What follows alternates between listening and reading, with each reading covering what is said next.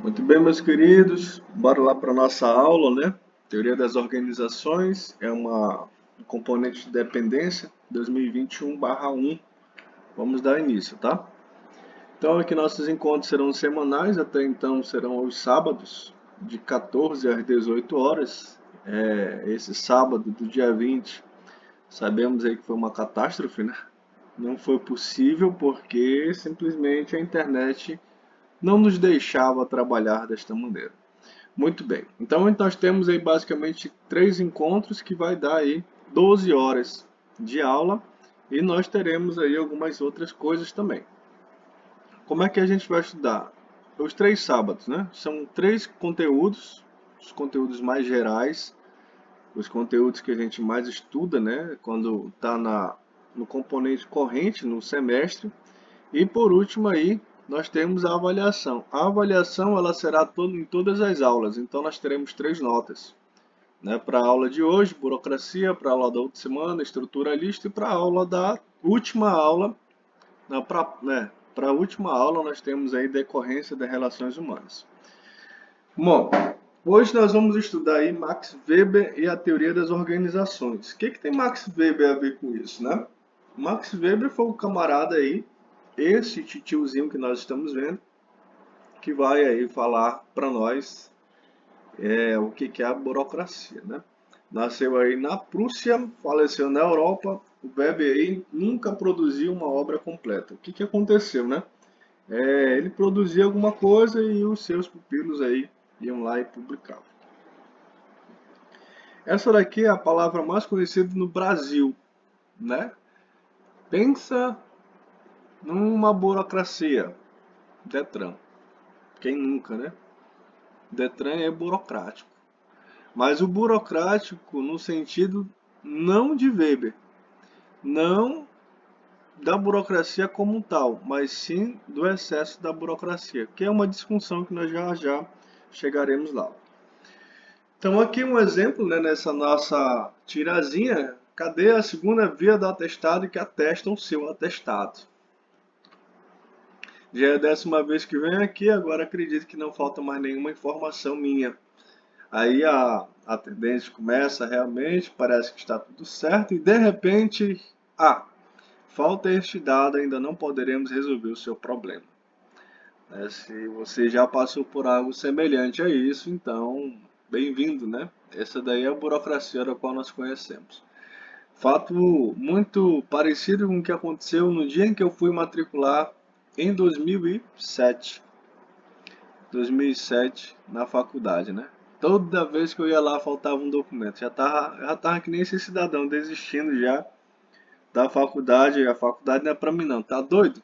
Né? Muita burocracia, muita coisa pra gente detalhar, não vai ser pra mim esse negócio de faculdade. E por fim aqui temos uma falta, né? Aqui o camaradazinho explicando, olha, eu vou lá, vou estudar, né? E ela pergunta aí se ele já sabe, se ensinaram ele a escrever. Por que ela perguntou isso, né? Porque ele foi, né, para a escola com o intuito de aprender a ler e escrever. Logo, quem é mais prático entende que de imediato deve ter logo essa situação resolvida, né? Ele vai explicar que não, né? Não é assim, tem todo um processo anterior e ela começa, finaliza, né? Malditos burocratas. Em que sentido, né? No sentido de dificultar, né? Burocracia. Qual é o sentido da burocracia? O sentido da burocracia é dificultar. É dificultar. É dificultar? Não sei, né? Vamos ver aqui o que é a burocracia no aspecto da administração. E esse Twitter, né?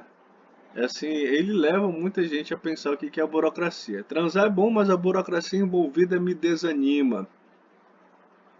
Quando a gente vê uma postagem dessa, o que a gente imagina, né? Esse camarada ele não é acostumado a passar por processos. Né? Se você um dia já frequentou algum recinto nesse sentido, né, você entendeu o que eu quis dizer. Como assim? Olha, antes de chegar na fase final do sexo, você tem todo um processo, né? Você pergunta o signo, você leva para lanchar, né, 3 por 10, conhece alguém aí, é, alguém próximo da pessoa, né? Seja ele homem ou mulher, né? Há um envolvimento é, psicológico, né? Social e tal, até que então, pá, né? Acontece a parada toda.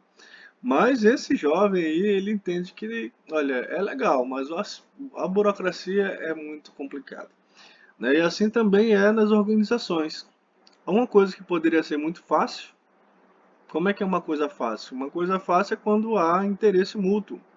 Tudo que é interesse mútuo é uma coisa muito fácil de acontecer, né? Se eu não tenho interesse, quero ser conquistado, etc e tal, lógico que vai ser burocrático. Agora, se eu quero pular as etapas preliminares do processo, eu chego a um resultado muito mais rápido, né? É muito simples. Bora lá. Para os estudos da administração, essa atividade aí possui uma outra finalidade. O principal motivo da existência das organizações são os objetivos. Sempre os objetivos. Por que que nós vemos no judiciário falar assim? Você está sendo acusado por formação de quadrilha. Aí quando você vai analisar o processo ou, né, detalhar a coisa toda, é um juntamento de 3, 5 pessoas. Mas por que que a pessoa está sendo denunciada por isso? Por causa do próprio conceito da organização. É um juntamento de 2 ou mais pessoas com um objetivo comum. E quando a gente pensa nisso, então a gente pode chegar ao consenso de que o que une, na verdade, qual o objetivo das organizações é o alcance de objetivos. A separação de pessoas das organizações é muito difícil. Por quê? As pessoas trabalham para alcançar os seus objetivos individuais através do coletivo que a organização oferece. Inversamente também é verdade. A organização alcança seus objetivos organizacionais através da força do indivíduo. Manja a parada? Então, como é que isso vai acontecer? Isso vai acontecer no sentido de que os dois têm objetivos a serem alcançados e só vai ser alcançado se eles trabalharem em unidade. Ou seja, o meu objetivo pode ser diferente do seu, mas nós temos que nos juntar para vencermos, porque o vencer é um objetivo comum da organização e das pessoas, né? Ou minimamente sobreviver. Na sociedade moderna, muitos produtos e serviços essenciais à sobrevivência só existem por causa das organizações. As organizações empenhadas em destinar o produto na hora da sua compra, na hora do seu desejo, na hora do que você almeja, a hora que você quer, né? As organizações, elas existem, muitas delas, né? Vamos considerar aí uma empresa. Hoje quase todo mundo bebe água mineral, né? Quase todo mundo tem um bebedouro. Então, a empresa ela se esforça para que um bem essencial, que no caso é a água filtrada, esteja disponível para você e para sua sobrevivência. Quem já é muito acostumado a tomar água mineral, se tomar uma água de poço, dá um desarranjo, né? Por quê? Porque a sobrevivência já está condicionada a uma organização que te oferece esse serviço. Na próxima aula nós veremos estruturalismo, né? Então, lá ele vai dizer assim, é uma sociedade de organizações. Sem as organizações, o que é a sociedade? Né? Vamos lá debater isso aí na próxima aula. Todos os grupos sociais são organizações? Nós podemos aqui identificar, a priori, dois tipos: grupos sociais primários e grupos sociais secundários. Temos aqui aquela chamada família, né? Padrão. Aí, se você tiver estereótipo, você vai dizer, ah, professor, mas só tem branco nessa imagem, né? Foi uma imagem qualquer que eu peguei, né? Aqui uma outra família padrão, chamada aí os Simpsons. Os Simpsons. Quem nunca, né? Assistiu depois aí do Jô Soares, às 11h30 da noite, né? Se eu não me engano, passava aí no SBT, lá pelo ano de 2007, 2008. E aqui também uma figurinha interessante, né? Eu era idiota, piorei por causa dos meus amigos. Nós temos uma explicação para isso. Espia, né? Quanto mais doido, parece que é mais apegado. O que há de similar aí nessas imagens? O que há de similar nessas imagens são os grupos primários. E o que mais nos vai orientar é essa assertiva em vermelho. As pessoas ingressam e saem voluntariamente, ou na base do chute. Por quê? Porque esses grupos, eles podem ir e vir. Por exemplo, alguém pode morrer. Tu pode evitar alguém morrer? Não pode. Né? Chega a hora, vai morrer mesmo e acabou. Assim também como os amigos. Às vezes a gente tem um desentendimento ou nem tem desentendimento e acaba rompendo com aquela pessoa, né? Então o que nós temos aqui? As pessoas ingressam e saem voluntariamente. Depende, né? O voluntário às vezes ele como é que eu posso dizer? Ele não é entusiasmado, né? Às vezes a gente dá uma forcinha aí para sair. E o que tem de novidade? Esse estudo ele vai dizer aí o seguinte, ó, semelhanças entre amigos podem ser observadas no plano genético. Tu tem amigo doido? Olha, esse bicho é doido. Ixi, essa bicha é muito louca, ó. É tua amiga, é? Olha, cuidado, hein? A ciência tá aí para mostrar que a gente tem uma proximidade genética com essa parada toda. Há mais de 2000 anos, Platão ele vai dizer o seguinte: a amizade ela é por similaridade. Eu gosto de fulano porque nós temos algo em comum. É por isso que você gosta de fulano, porque há uma semelhança. Alguns definem como uma questão de semelhança, afinidade, etc. Né? E o que é verdade. Então, a gente nunca vai ficar próximo de alguém sem interesse ou algo similar. Né? Às vezes, inimigos diferentes se juntam porque têm inimigos em comum. E você vai se juntar com essa pessoa. Pensa aí na arte da guerra. Pensa aí que você está numa guerrilha. Né? Se você tem um inimigo em comum, lógico que você vai juntar com outra pessoa por causa da similaridade. Nos nossos dias atuais ninguém sai matando ninguém por aí, né? A não ser que você faça parte de alguma facção.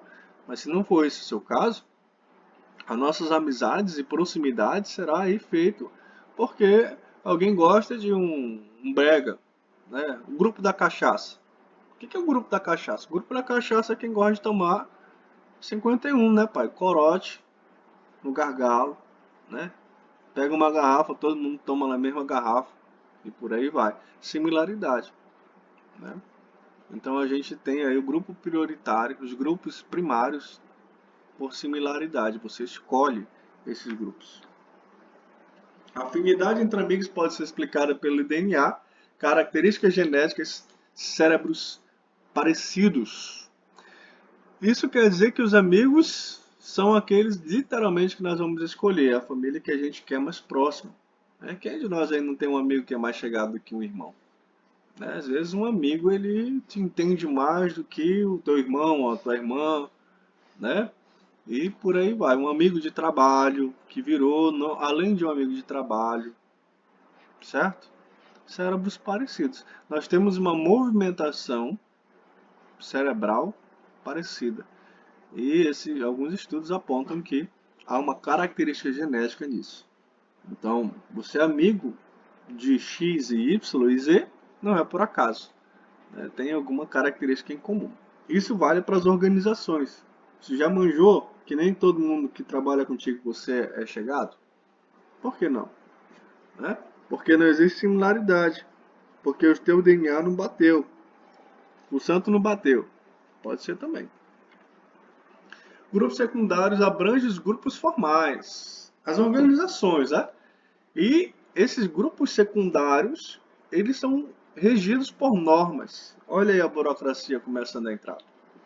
Então, o que nós temos? As organizações. As organizações são os grupos secundários que são regidos por normas, diretórios, regimentos e por aí vai. Organização, sistemas e métodos, né? Lembra dessa aula? Se você nunca teve essa aula, não tem como lembrar, né? Aí você sabe que vai estudar. Bora lá.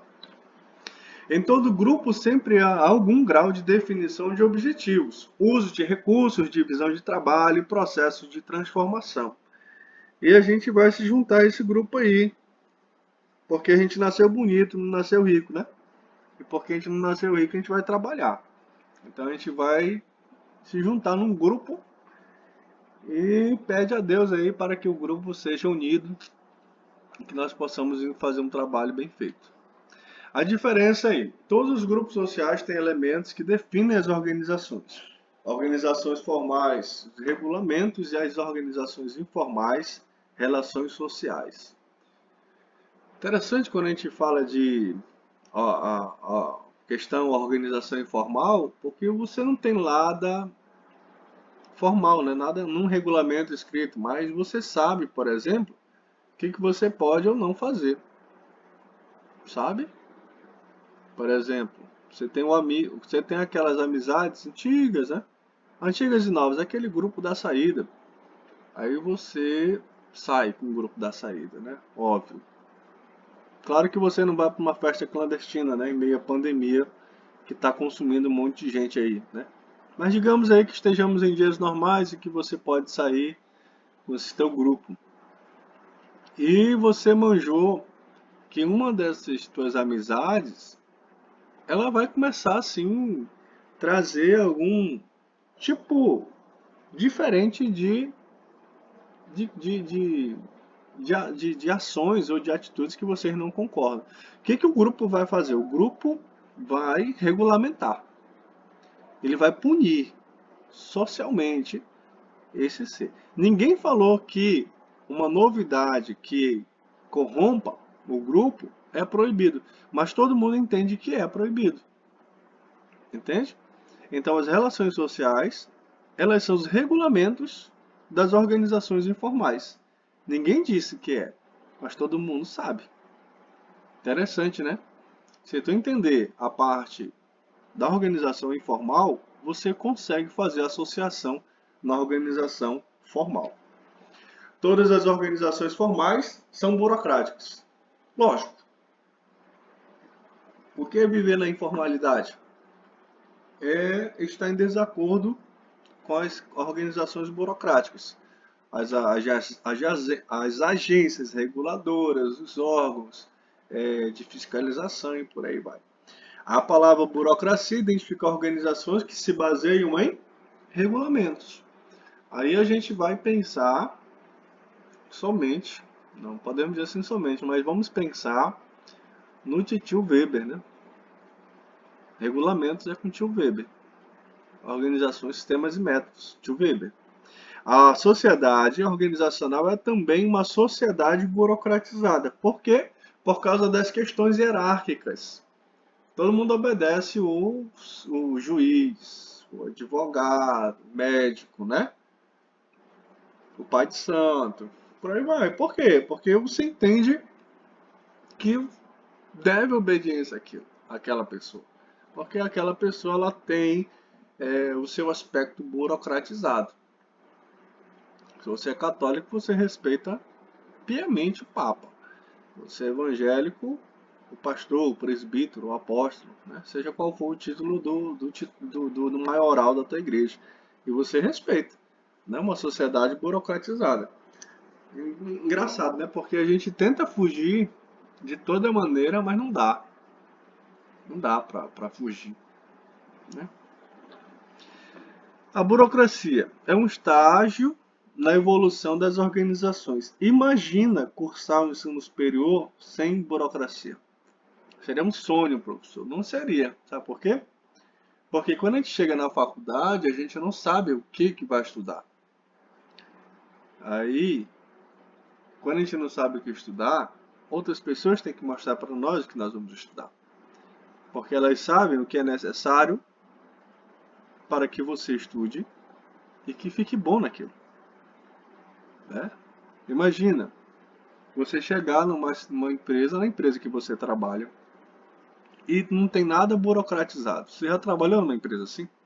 Se você trabalhou numa empresa que não tem nada burocratizado, não tem nada sistemático, você vai saber o que é o inferno na Terra.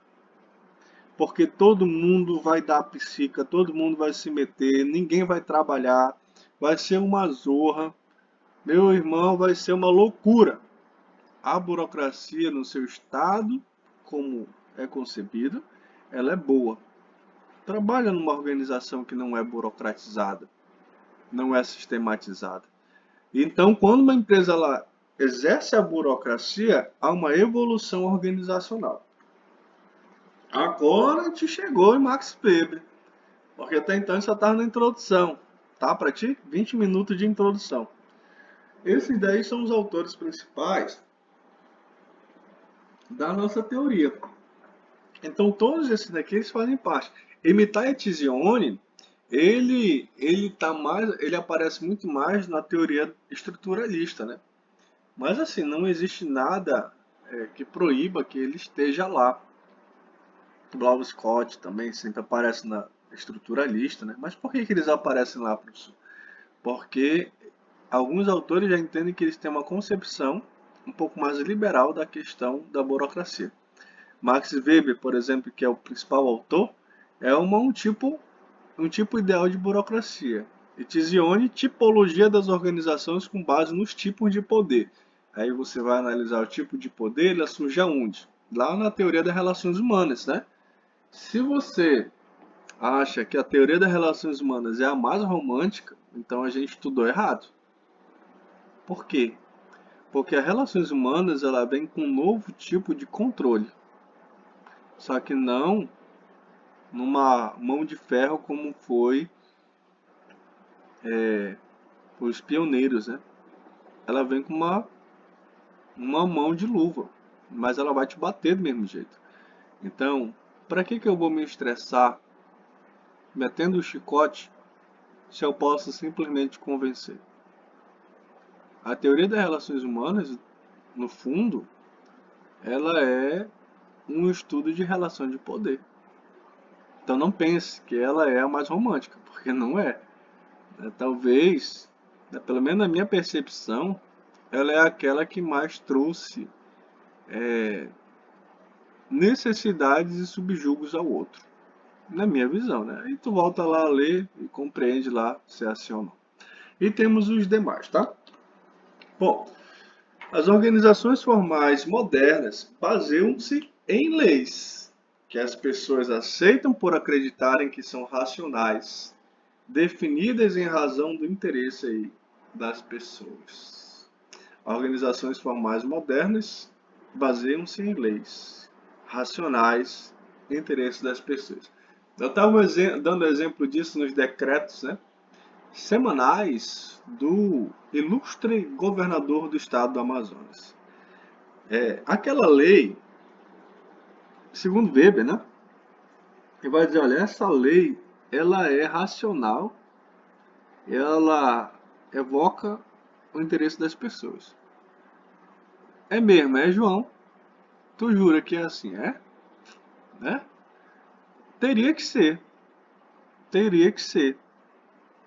Porque essa concepção da burocracia, ela surge para que nós venhamos a ter uma vivência melhor através de leis e regulamentos, né? Eu falava na explicação anterior, naquele sábado fatídico, imagina aí uma sociedade sem leis, sem hierarquia.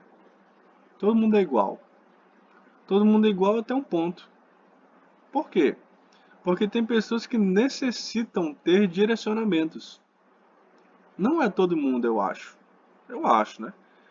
Mas em boa parte é necessário. E aqueles que não necessitam de regulamentos, de direção, são aqueles que necessitam ser a bússola.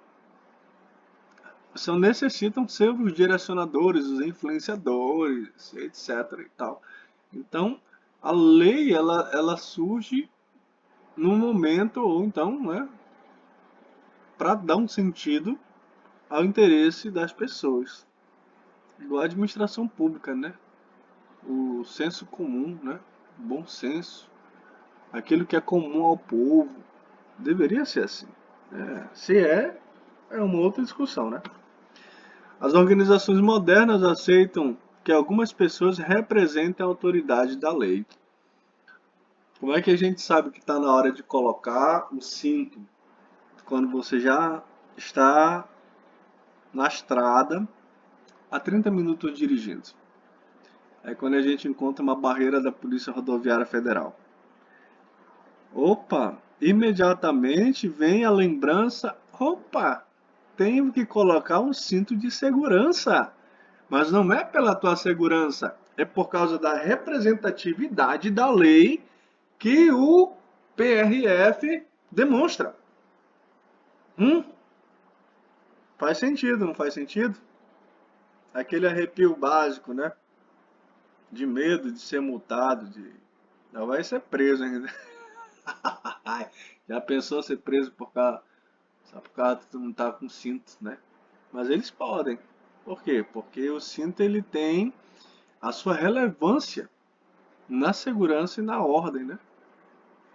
O cinto ele pode salvar vidas. Então, por causa dessa percepção do cinto, a gente pode ser multado. Gravíssimo, né? Gravíssimo. A autoridade ela é contrapartida da responsabilidade. Pelo menos assim era para ser, né? Vamos aí colocar os deputados e senadores que têm foro privilegiado. Eles têm autoridade, percebe?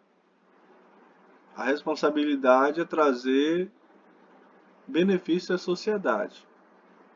Aí tu olha a declaração do deputado federal, 2 anos antes dele se tornar deputado, e olha 2 anos depois, ele tem uma mansão de 5 milhões de reais. Bicho, tá certo que o deputado, a deputada ganha bem, mas uma mansão de 5 milhões é tirar onda com a cara da sociedade. Porque ele está usufruindo de modo individual da sua autoridade, expurgando a sua responsabilidade. Porque o malandro, ele tem um foro privilegiado. Mas o foro privilegiado não é por causa da sua autoridade, sim por causa da sua responsabilidade, que é trazer notoriedade para aquela sociedade no sentido de trazer benefícios para o povo.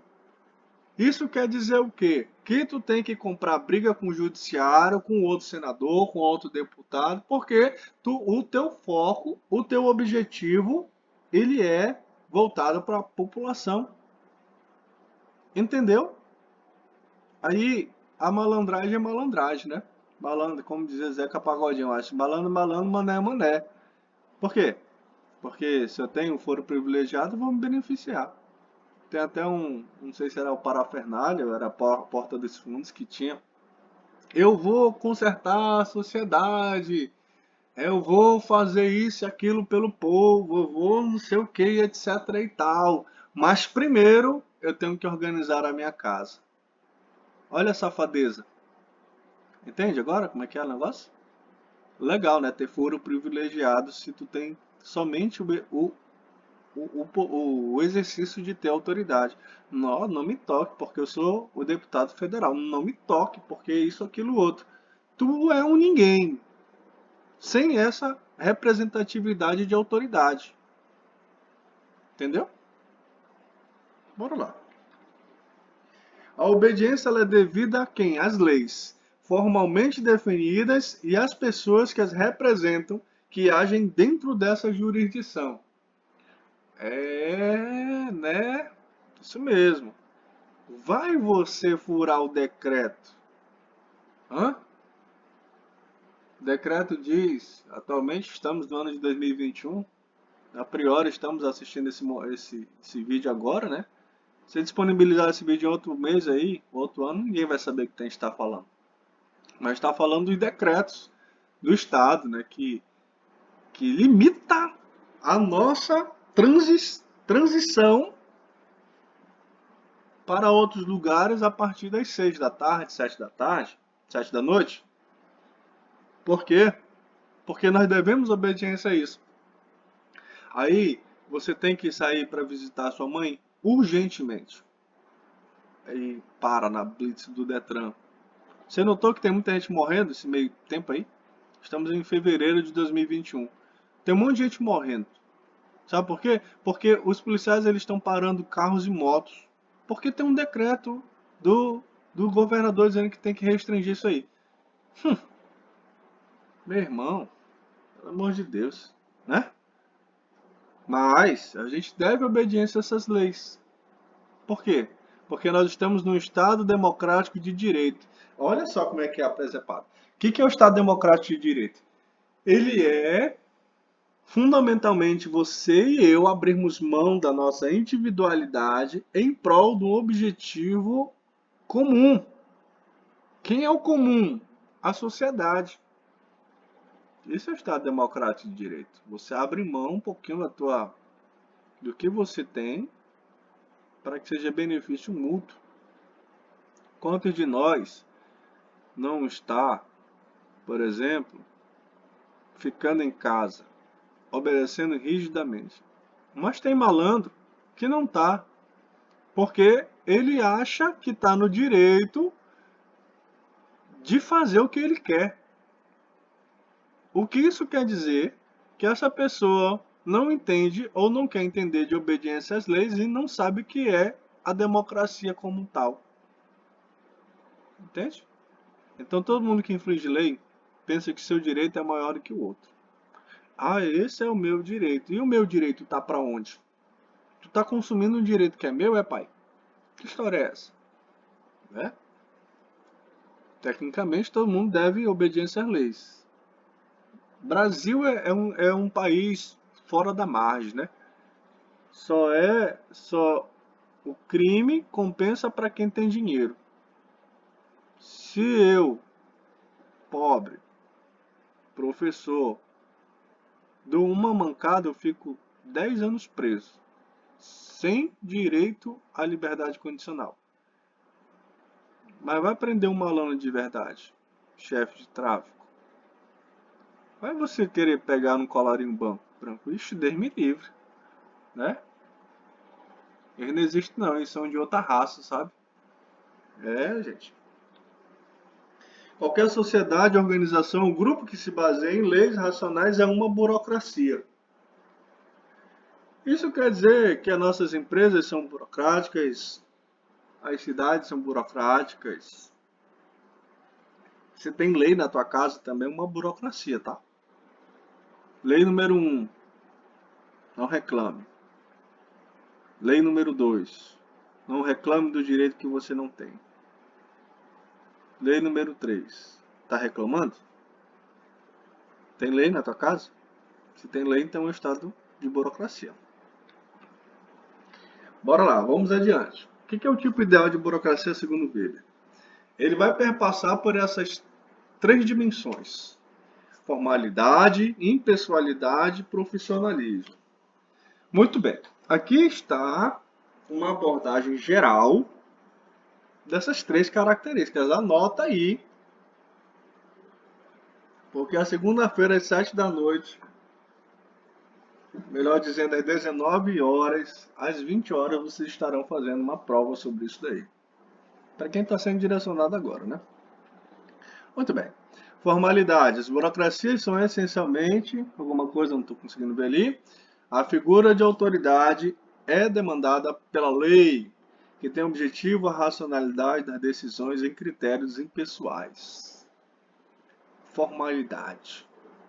Normas, leis, decretos. Ela não vem para beneficiar um ou outro, ela vem aí para formalizar a parada toda. Isso aí que é a formalidade. E a autoridade constituída é que manda e desmanda. Entendeu? Impessoalidade. As pessoas são ocupantes de cargos ou posições pessoais. Isso quer dizer que quem manda na bagaça não é o João, desembargador. É a posição de desembargador. João, quem é João na fila do pão? Não, João sozinho não é ninguém. O desembargador João não. O desembargador João. Aí a gente vai ouvir aquela historinha da carteirada, né? Você sabe com quem tá falando? Eu estive uma vez na Secretaria de Estado e Cultura, né? Trabalhando lá. E alguém veio falar isso aí pra mim. Eu dei uma resposta indecorosa para aquele ser humano, né? Não, não, não me arrependo não. Mas rapaz, profissionalismo. As burocracias são formadas aí por funcionários. É uma parte boa, né? O profissional. Mas quem é o profissional? Aí a gente vai pensar nisso daí. Quem é o profissional? Aquele que manja. Aquele que sabe o que é, como é e para que é.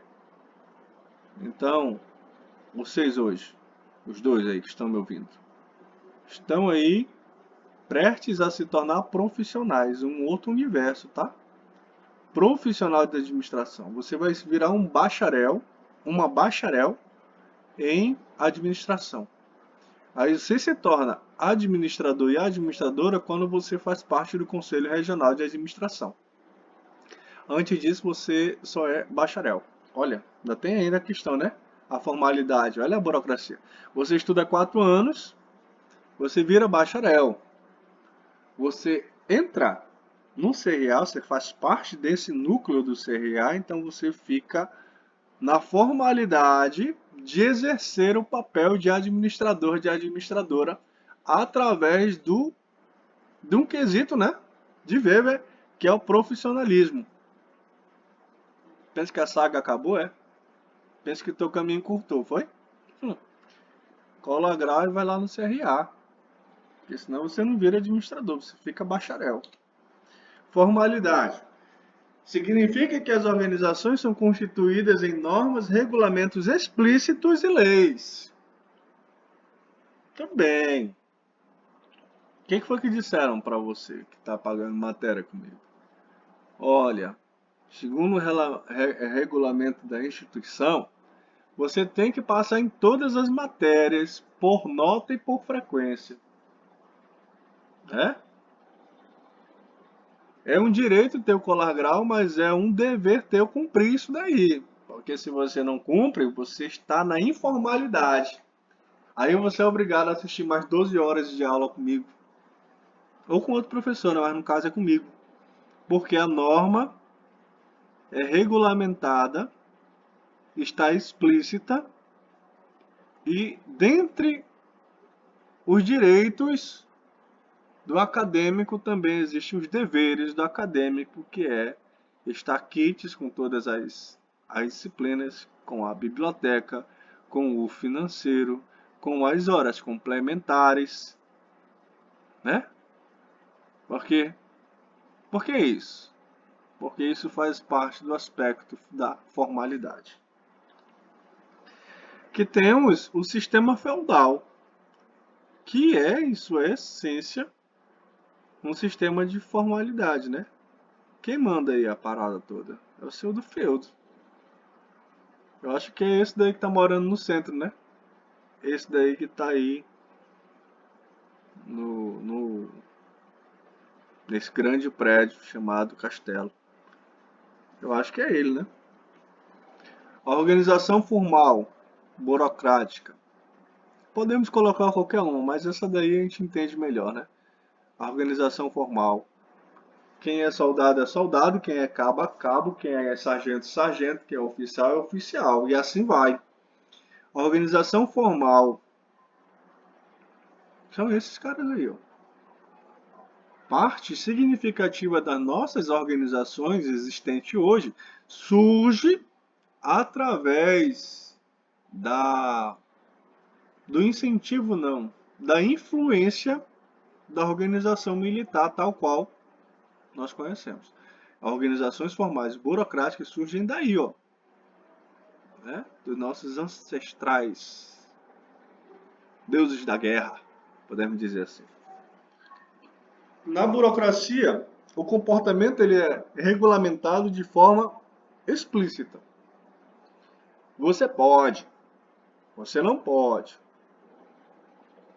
Lembra daquela brincadeira? Não sei se você chegou a brincar do tudo que o mestre mandar. Ali, ó, a gente estava treinando a burocracia. Estamos sendo já doutrinados, né? Comportamento sempre regulamentado de forma explícita. E se você não fizer o que o mestre mandar? Pega bolo! Pega bolo! Por que que pega bolo? Porque você desobedece explicitamente uma lei, um regulamento explicitamente colocado, né? Aí a gente vai cair lá naquela conversa da teoria das relações humanas, que é aceitação da autoridade, né? A aceitação da autoridade, como é que é o inverso da aceitação da autoridade? É a desobediência. Quando nós desobedecemos uma ordem explícita, nós estamos automaticamente negando aquela autoridade que está falando conosco. Isso é um crime, né? A burocracia ela vai nos engolir se isso acontecer. A grande vantagem é que todos são iguais perante a lei. Assim dizem, né? Hein? O que tu acha? Assim diz, reza a lenda que todo mundo é igual perante a lei. Eu ouvi isso falar. Não sei se é verdade. Alguns acreditam. Quem sabe? O que é impessoalidade? Nenhuma pessoa é vassalo ou empregado de outra. As relações das organizações burocráticas são governadas por cargos que elas ocupam, direitos e deveres desse cargo. Por exemplo, o José só é o que é porque ele exerce hoje um papel. Mas, quando este papel expirar, José não exerce mais o poderio dos direitos e deveres. Certo? Por quê? Porque na burocracia a impessoalidade não é ao ser, e sim ao ter. Entende? Qual a diferença do ser e estar? Eu sou o Dione, né? Eu sou o Dione. Estou professor. Entende? Por eu estar professor, na sala de aula, eu tenho um cargo e exerço direitos e tenho deveres. No dia em que o Dione for demitido e não for professor dessa instituição, então os alunos que ali estão não devem a mim nenhum tipo de dever. Ou seja, a pessoa personificada de poder do Dione professor só existe por causa do professor e não por causa do Dione, né? E acabou-se o papo. A impessoalidade é essa. A impessoalidade não interessa quem está lá. Interessa o cargo que está lá. Obediência não lhe é devida pessoalmente, mas ao cargo que ocupa. Entende? Depois que o diretor deixa de ser diretor, acabou a conversa. O diretor não é mais aquele lá. Então você não deve mais obediência àquele que estava ao cargo anteriormente ao cargo do diretor que hoje é. Nossa obediência é à pessoa que está ali. Quem é antes, acabou. Fica-se o respeito, se houver respeito, mas não há nenhum porquê de atender à demanda daquele que era. As organizações formais aí são impessoais. A formalidade e a impessoalidade fazem a burocracia permanecer. Por que que ela permanece? Porque se há uma formalidade, normas e regulamentos, e se há uma impessoalidade na questão toda, então eu sei que aquilo continuará. Porque a formalidade ela vai reger os teus atos, os meus atos, e a impessoalidade ela não deve a nenhum ser específico. Isso é o cargo que está ali. Então quem exerce o cargo, a gente vai cair naquela conversa do recrutamento e seleção, né? Quem está ali recrutado e selecionado, a gente entende que aquela pessoa é a mais capaz. Pode não ser, mas é esse o entendimento que tem que ser a formalidade e impessoalidade. Quem está no cargo? Ora, quem está no cargo é aquele que tem mais habilidade. Né? Se tu não tem habilidade, o que está fazendo aí? Se não tem competência, o que está fazendo aí? Aí, se não for competente, não for o que é, então há um furo da formalidade e há uma usabilidade de pessoalidade, né? Coisas que não condizem com o tipo ideal de burocracia que Weber vai apresentar, está apresentando.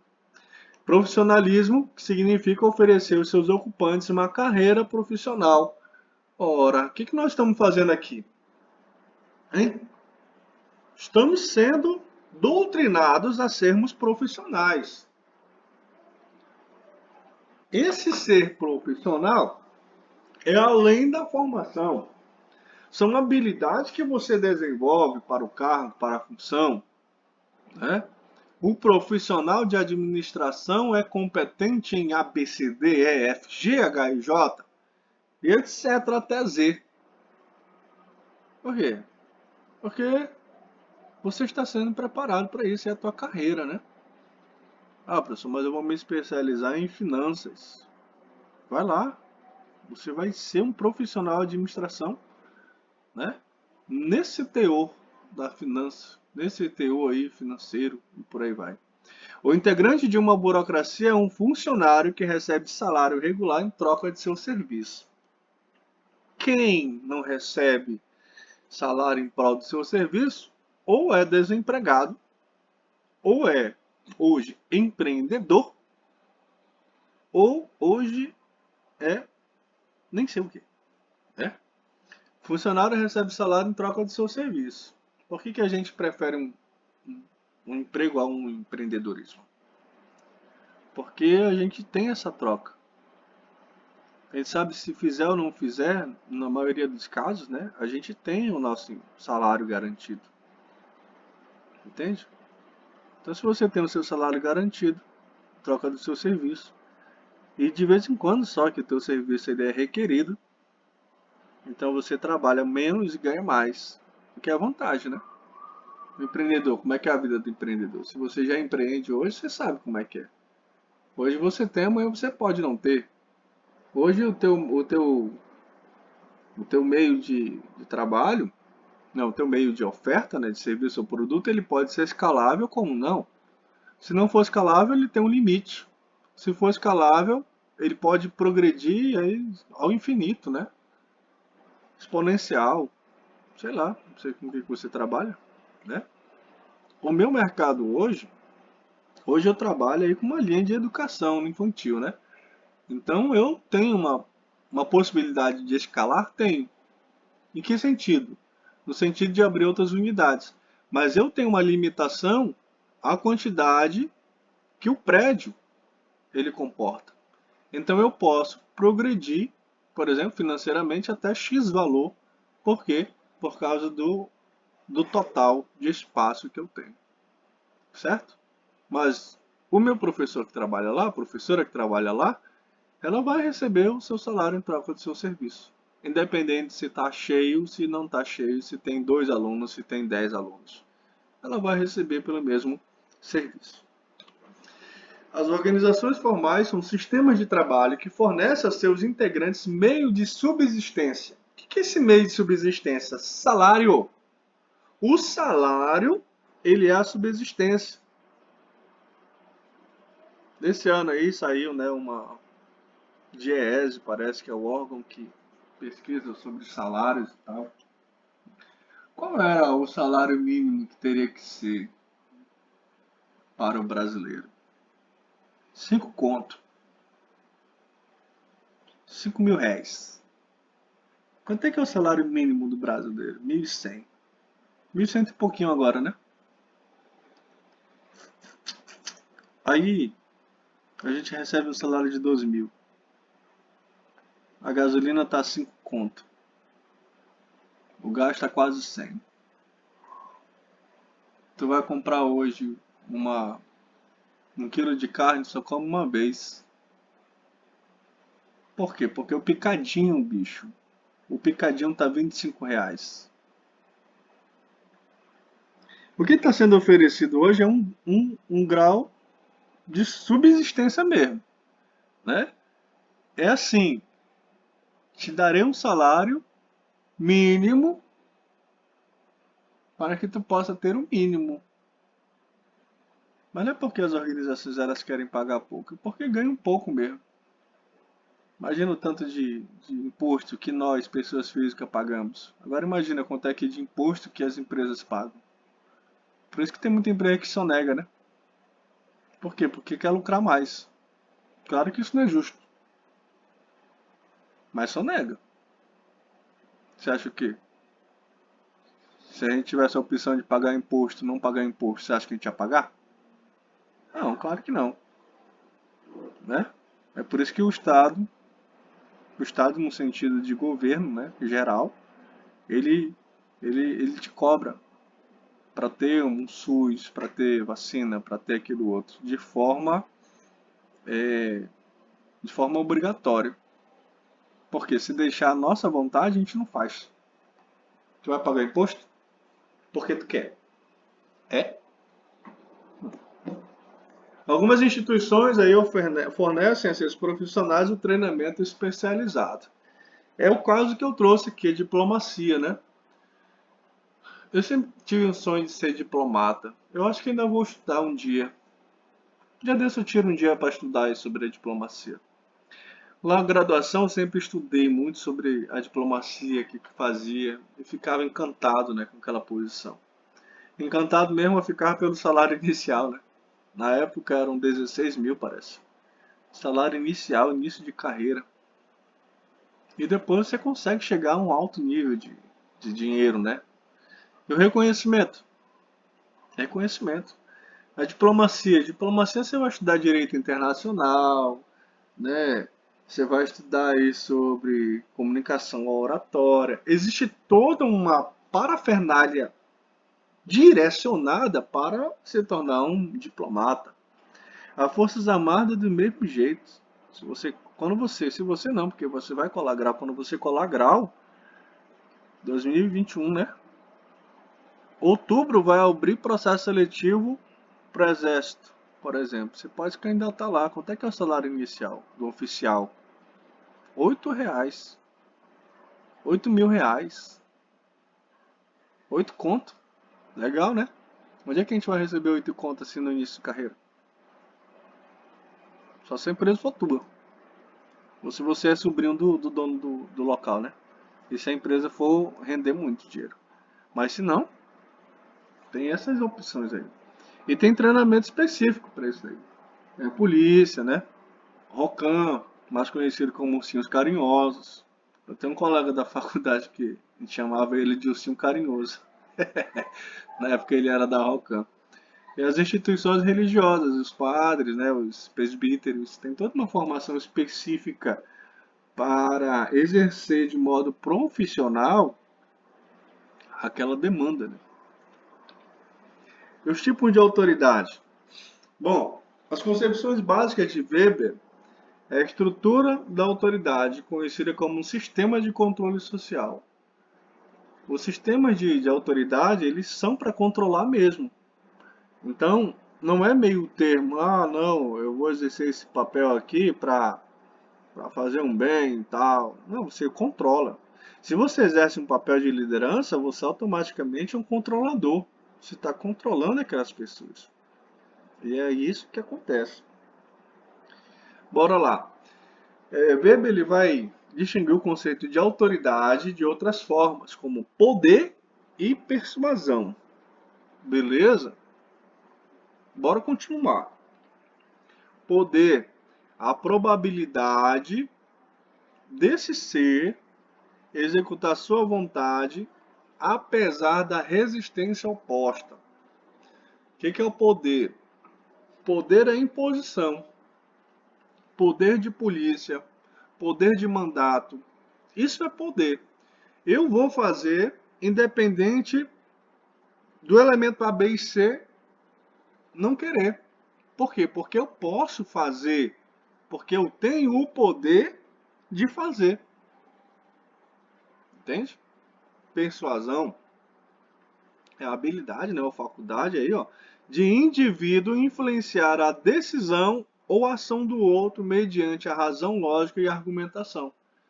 Persuasão, você convence o outro através, sei lá, de um diálogo e aquela pessoa se levará a isso, a fazer aquilo que você quer, aquilo que pelo menos que você está tentando, né? Isso é uma maneira de persuasão. Tem um livro muito interessante que é Armas da Persuasão. E ali não basta você entender o processo de persuasão e dificilmente você vai ter que utilizar o poder. Por quê? Porque a persuasão, a gente vai chegar lá, né? Mas a persuasão é assim você fazer com que o outro faça mesmo ele não querendo. Aí a gente vai cair na, mas professor, isso aí não é persuasão, isso daí é manipulação. Depende da ótica que você está vendo, né? Depende da ótica. Persuasão, eu acho que persuasão é diferente desse outro termo que eu acabei de esquecer aí, como é o nome? Sei lá, a persuasão ela é a diferença do outro para o objetivo, né? Se o teu objetivo ele for bom, ele é uma persuasão. Se o teu objetivo for ruim, aí já é uma manipulação. Isso eu entendo dessa maneira, né? Bora lá. A essência da autoridade é que ordens são obedecidas voluntariamente, porque a fonte de onde elas emanam é considerada legítima. Como assim? Alguém te dá autoridade. Quer ver um exemplo bem prático? Quando você estiver em janeiro, fevereiro e março, eu acho que é março que cola um grau, né? Março de 2021, você estiver colando grau, quando o diretor ou quem estiver representando o diretor ali, levantar aquele chapéuzinho em cima da tua cabeça e fazer você jurar e você responder assim: sob minha honra, prometo sob minha honra. O que é aquele momento ali? Aquele momento, aquela pessoa através daquele chapéuzinho está te dando autoridade, tá? Pra ti? Não é qualquer coisa. Ah, terminei a faculdade, terminei os cursos, agora eu sou. Não, tu não é nada. Você não é enquanto não te derem autoridade. E a autoridade ela vai vir através daquele momento de colação de grau. Entende? A essência da autoridade é que as ordens são obedecidas voluntariamente. Tu desobedece o diretor-geral? Tu desobedece o teu chefe imediato? Desobedecer mesmo que tá na rua, né? Sabe por quê? Porque a fonte de onde elas emandam é considerada legítima. Quem te colocou aí no cargo? O diretor me colocou aqui no cargo. O dono da empresa me colocou aqui no cargo. E por causa disso a gente vai ter que dar obediência àquela pessoa. Ó, envolve a prévia suspensão do julgamento da sua natureza. Acabou-se. Que era doce. A autoridade está ali e acabou. Né? A autoridade chegou, parte de continência, ouve o que quer e vai fazer. Muito bem, e aqui estamos, ó. Forma de organização burocrática, poder e autoridade. Não sei se vai dar de ver o mousezinho aqui, ó. Poder e autoridade, mais baixo, mais alto. Números de empregados, que é chamado também de amplitude administrativa, né? A gente vê isso daí logo nas primeiras aulas de TGA, que Fayol vem trazer nessa concepção de amplitude administrativa. Quanto mais baixo, menos poder e menos empregados. Quanto mais alto, mais poder e mais empregados. Se a autoridade proporciona poder, o poder conduz à dominação, certo? Dominação significa que a vontade manifesta do dominador influencia a conduta dos outros, transforma em norma de conduta para o subordinado. Só o fato de ser a autoridade, você já exerce automaticamente uma grande influência, né? Mas é como eu disse, não é o ser que está ali, sim a posição, né? Quando você está naquela posição, então você é. Não sei se você já ouviu falar do Avatar. como é que é o nome? A Lenda de Aang, parece, né?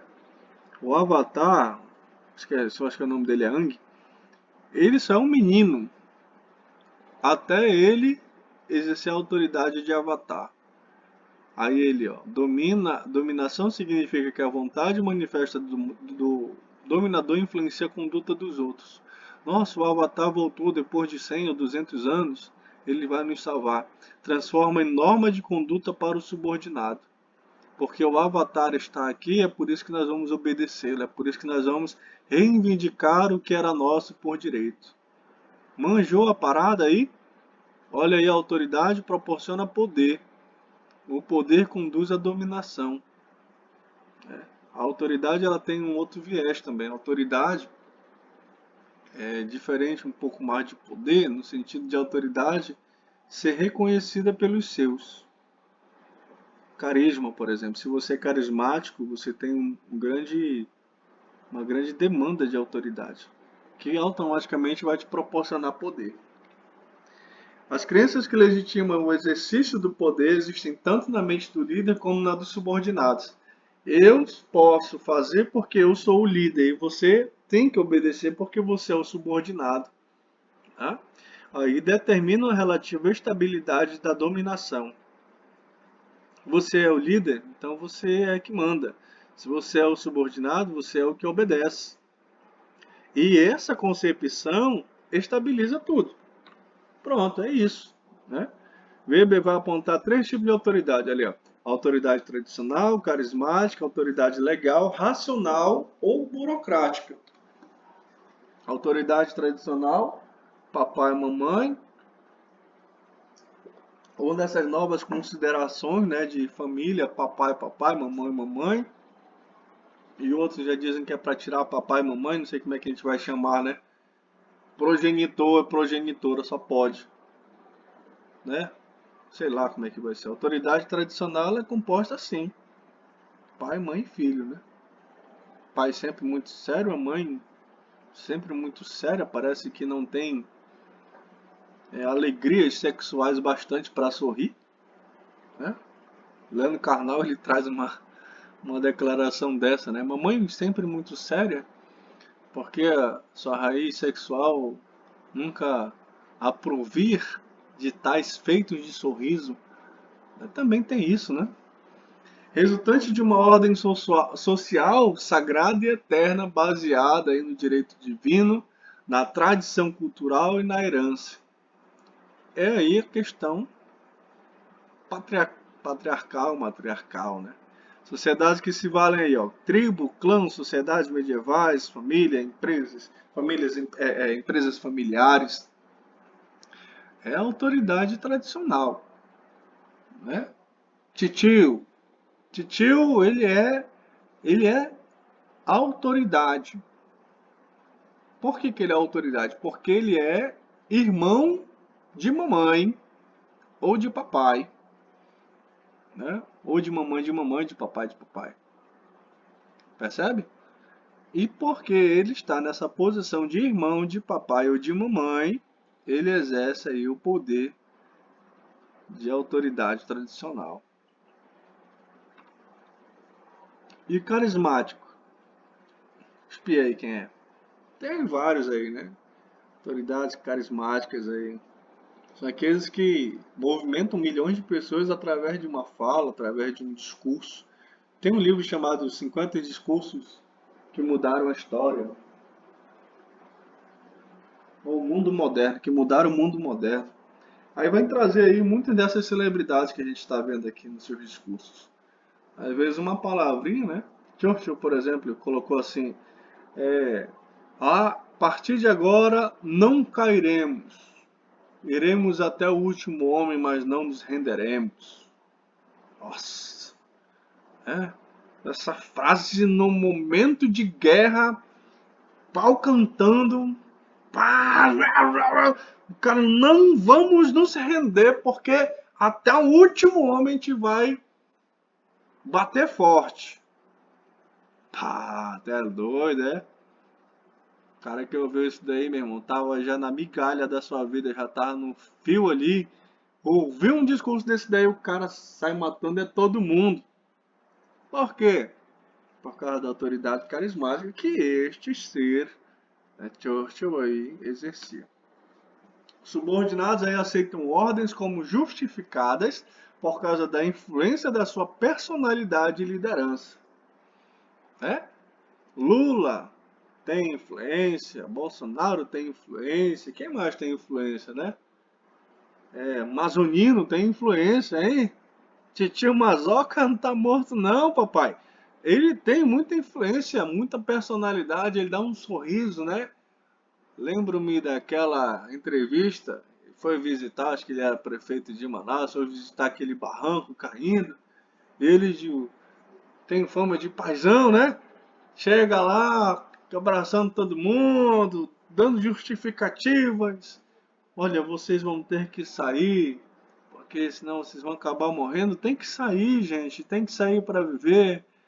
E aí uma pessoa fala, eu não tenho para onde ir, eu não vou sair daqui. Aí tio Mazoca, com aquele poder carismático, né, vai falar, então morra, então morra, então morra. Pensa no carisma daquele cara, né? Carismático que só, meu irmão. É doido. Bora. Weber usa o termo no sentido de qualidade extraordinária e indefinível de uma pessoa. Porque o carisma ele é inexplicável, né? Determinadas pessoas são altamente carismáticas. Dalai Lama, por exemplo. A gente nem sabe a história desse cara direito, mas ele influencia muito por causa das suas frases, né? Kennedy, Roosevelt, entendeu? Churchill influenciou muito. Olha, um exemplo de carisma é Napoleão Bonaparte. E temos também Hitler, sabia? Hitler ele era altamente carismático. Como é que você acha que ele subiu lá? Claro que ele deu um monte de golpe, matou um monte de gente para chegar lá, mas ele chegou lá por carisma, né? Primeiro, primeiro chanceler da Alemanha, se não me engano, foi o cargo que levou ele a ser o que é, né? Ao que foi, na verdade. Então, como ele conseguiu um carisma? Conta-se a história. Há muitos anos li um livro que ele falava assim, o poder da música, né? Como é que ele inflamava as multidões através do seu discurso? Ele colocava uma música muito doida. Ah, foi um professor de física que me falou essa história. Aí ele colocava uma música bem pesada. Wá, wá, wá, wá. Lembra aquele Bancrevo? Não sei se você tem noção do Bancrevo. Bancrevo tinha umas histórias do pessoal que convivia lá, que existia uma música, né, uma música eletrônica que dava tal peso, aí o pessoal ia afastando, ia abrindo aquela, aquela multidão ia abrindo, ia abrindo, ia abrindo. Aí a música, vá, vá, vá, vá, vá. Aí de repente a música começava a ficar mais intensa e aquela multidão começava a se aproximar. Em determinado momento da música, pum, aí a porradaria cantava. Era chute, era soco, era cuspida, era mordida. Era uma loucura. Por quê? Da influência da música. Né? Aquela música ela fazia as pessoas. Se você procurar uma questão dessa daí na internet, você vai encontrar, tem uns 2 ou 3 vídeos aí na internet que mostra esse momento de pancadaria. E todo mundo ficava sorrindo, tu acha o quê? De vez em quando, né, alguns se desentendiam lá fora, mas normal. Não, eu vou pegar um soco ali e depois vou dar-lhe um outro soco. E voltava para casa feliz e alegre. E tem aí Hitler, né?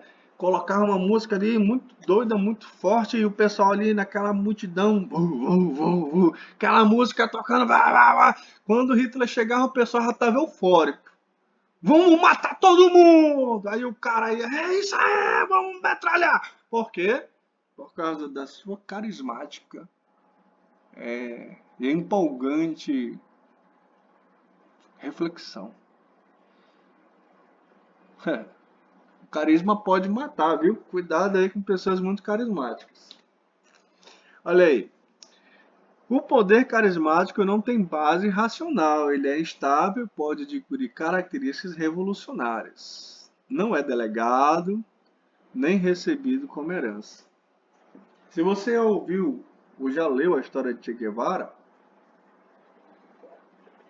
Che Guevara não era cubano, né? Ele era argentino, médico, que resolveu passear numa motoca pela América Latina, né, pela América do Sul, e viu aí distúrbios, né, daquela sociedade.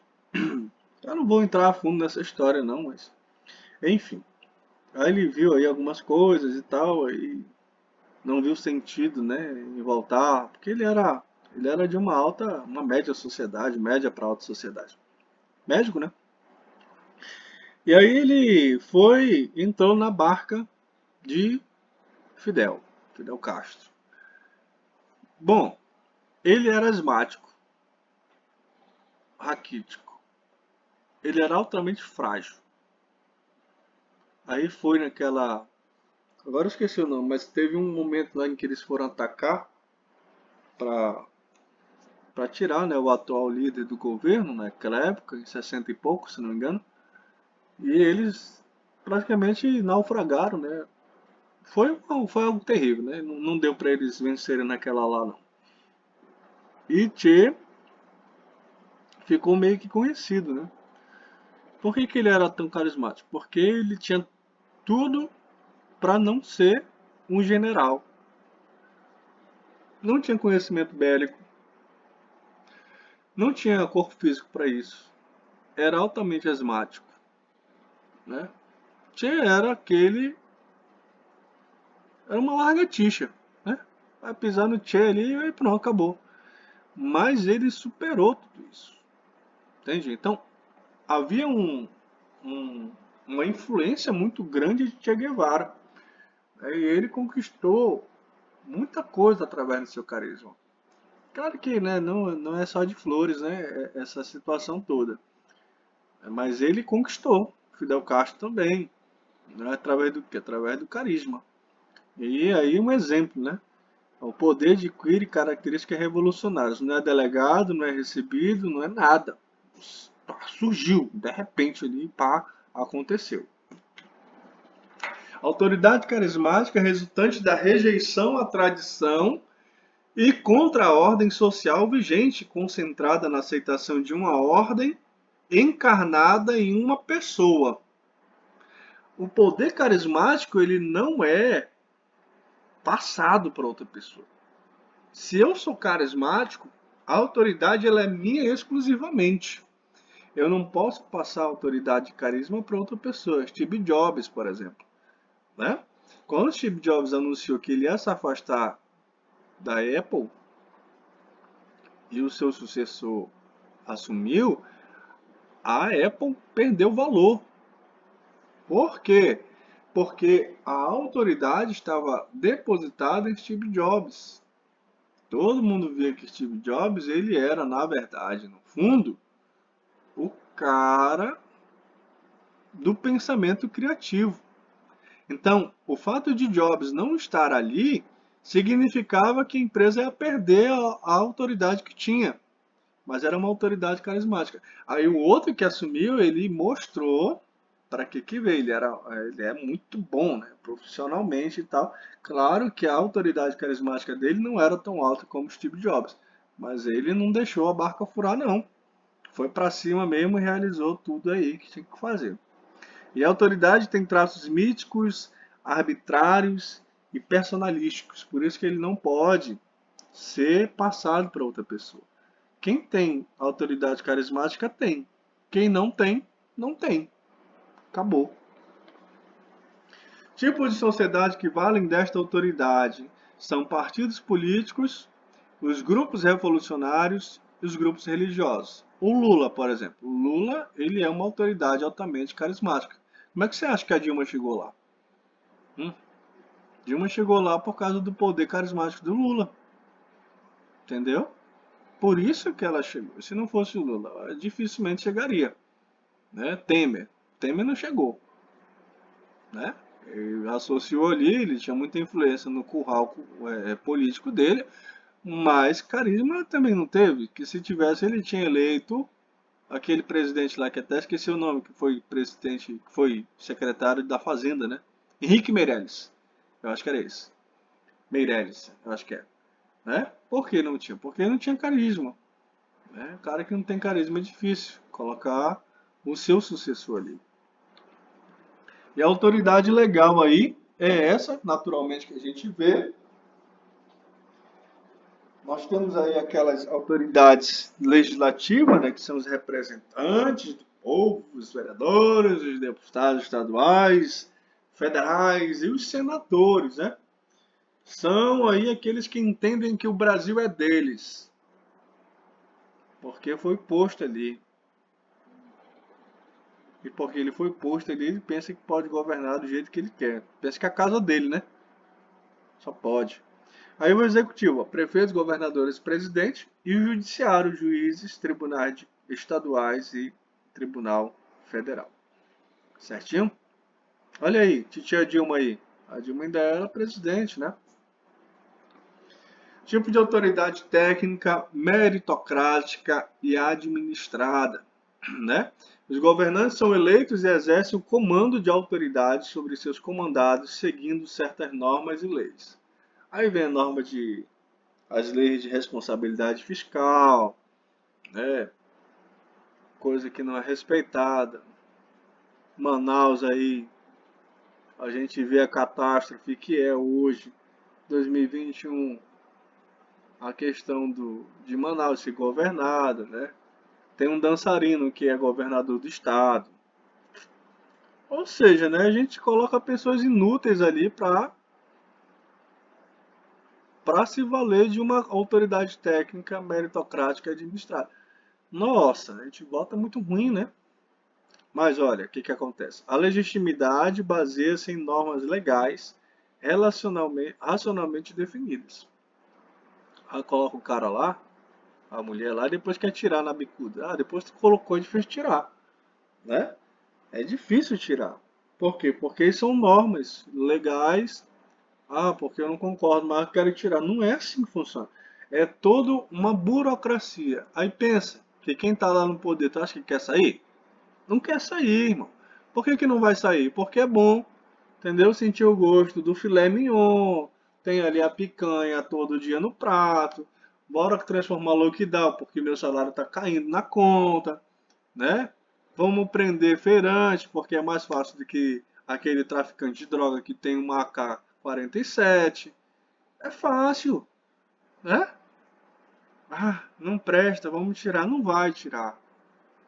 Não vai tirar, porque entrou lá de modo legal. Se é de modo legal, continua, né? Espera a Deus aí que dê uma mancada maior e que possam tirar. Ou não, né? Uma mancada maior, morreu aí um monte de gente já nessa brincadeira. Olha aqui, não sou contra a polícia não, mas é uma realidade que acontece no Brasil, né? Na dominação legal, a crença na justiça da lei é o sustentáculo da legitimação. 70% dos brasileiros não confiam na polícia. Acham que a polícia é corrupta, né, e tudo mais, né? Então é bem delicado essa relação. Por quê? Porque gente que é pra... Eu tinha um colega da faculdade que ele virou policial militar, né? Ele era muito rude na faculdade na época, egocêntrico, presunçoso e tal. Tinha ali uma qualidade de vida diferente da nossa, né? Bom, aí ele teve uma caída lá nas empresas do pai dele e ficou menos pobre, né? Menos rico. Pobre ele não ficou, ficou menos rico. Aí entrou pra polícia. Na época, eu acho que era 2013, tava tendo manifestação, né? Aí eu não sei se você participou, mas eu até fui numa passeata dessa. Aí numa publicação ele colocou assim: eu estou doido para que me coloquem na passeata. Vou meter a porrada em todo mundo. Aí eu, né, bocudo como sempre, eu fui lá, mas égua. Mas não é servir e proteger o juramento, não? Aí tem aquele colega que eu te falei logo no começo, do Ursinho Carinhoso, né, da Rocan. E ele falou, realmente, você está equivocado, né? Estamos ali para servir e proteger e tal. Aí ele mudou o discurso, né? Não, que na verdade isso era para manifestantes do Black Bloc, sei lá, um negócio assim, aqueles caras que saíam para bagunçar mesmo na passeata. Até hoje tem isso, né? E ele tava esperando pegar esse pessoal, né? E aquilo dali já soou estranho. Que, oxe. Tu quer ir ser respeitado na base da porrada, do cacetete, né? E é difícil. Por quê? Porque a presença de polícia, a gente se sente seguro. A gente se sente seguro. Esse meu colega da Rocan, ele falava assim: a polícia civil, ela tá para investigar. A polícia militar, ela tá para coibir o malandro. E é verdade. Você não se sente seguro quando você acha que vai ser assaltado e de repente passa um carro de polícia? Sente. Sabe por que se sente seguro? Porque você vê naquele carro ou naquela pessoa passando a autoridade revestida no poder, né? Então, se alguma coisa acontecer, a obrigação dele é intervir. O deles, né? É intervir em prol da sua vida, né? Não em prol do malandro, mas em prol da sua vida. Bora lá. O povo obedece às leis porque acredita que elas são decretadas por um procedimento escolhido pelos governadores e pelos seus governantes. É, é. Quando eu fiz essa aula, a gente não estava nesse momento, né? Mas imagina aí, é uma situação sanitária urgente? É. Mas, não sei se você vai concordar comigo, mas pensa. Proibir você de sair de casa, de ganhar o pão nosso de cada dia, no todo dia, é a mesma coisa que você levar a pessoa à morte. Então, claro que quem está nessa situação vai arriscar sim morrer. Por quê? Porque ou vai morrer de fome ou vai morrer de vírus, pai. E se pegar um vírus e conseguir um leito, lá dentro do hospital você vai ter o que comer e o que beber. Entende? Agora imagina a dor de um pai, de uma mãe, de um responsável de uma criança pequena, a criança chorar por fome e você não poder fazer nada. Por quê? Porque a lei é feita pelos governantes que nós estupidamente escolhemos, falaram que não era para ninguém sair, porque senão todo mundo ia morrer. Eu não estou criticando, não estou negando que isso é necessário. É necessário. Só que, como o mesmo poder que proíbe, deve ser o mesmo poder que te dá uma sustentação de subsistência. Porque se não der essa sustentação de subsistência, o poder ele só é autoritário, né? Ah, eu tenho que fazer porque, né? Acabou. E aí, como é que tu vai se manter? Né? Ralava para ganhar 10, 20 reais por dia e agora nem isso mais consegue ganhar. Você acha que não dói numa pessoa que tem ali 2, 3 filhos e que vive dessa maneira, mas não vive por opção, vive porque não tem opção. Mas nossos governantes às vezes parecem que dão chute na trave, né? Não quer saber disso não, quer fazer do jeito que quer fazer. A autoridade racional ela é baseada em normas sociais administradas pela meritocracia. Tem um livro, né, chamado Meritocracia, um clássico, que é a maior discrepância entre o que existe. Meritocracia é bem difícil de falar sobre isso.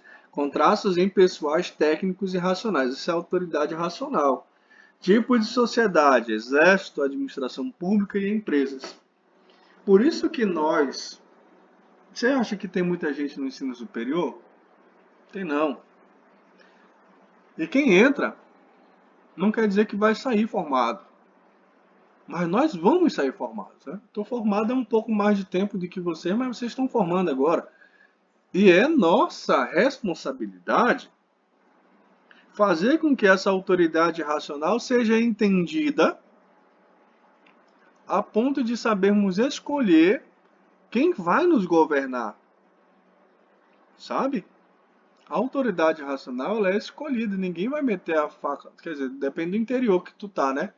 O interior ele é cruel, por quê? Porque ali é que nem antigamente, né? É a lei ali do quem tem o dinheiro, né? Mas digamos aí que todos os lugares aí tem realmente um aspecto democrático da coisa. Eu vou escolher quem eu quero escolher e acabou-se, né? É nosso dever, como formados de ensino superior, dedicar momentos para influenciar a autoridade racional que vai ser posta sobre nós. Eu não vou votar no fulano porque eu não gosto. Independente se tu votar, parente, tu vai ter que obedecer do mesmo jeito por causa da democracia. A democracia ela é boa, né? Mas em momentos assim que a gente, rapaz, sinceramente. Bom, Weber foi aí mais descritivo do que prescritivo, né? Ou seja, mais escreveu do que prescreveu como fazer. Mas relatou fatos ocorridos nas sociedades modernas do que emitiu receitas de como elas deveriam ser. É aquele famoso faça o que eu falo, né? Mas não me pergunte como fazer, mas faça. É assim. A administração burocrática significa fundamentalmente o exercício do controle com base no conhecimento. Basicamente se coloca porque conhece, sabe como fazer, né? Esse é o aspecto da administração burocrática. Mas lembre-se, né, impessoalidade, profissionalismo, né, e normas. Essa deve ser a questão do burocrático, né? A administração pública ela é regida nisso. Aí, como é que a gente vai fazer agora, professor? A gente estuda, né, para passar e ver se isso aí é assim mesmo. Muito bem. Vamos dar um tempo aqui e já volto.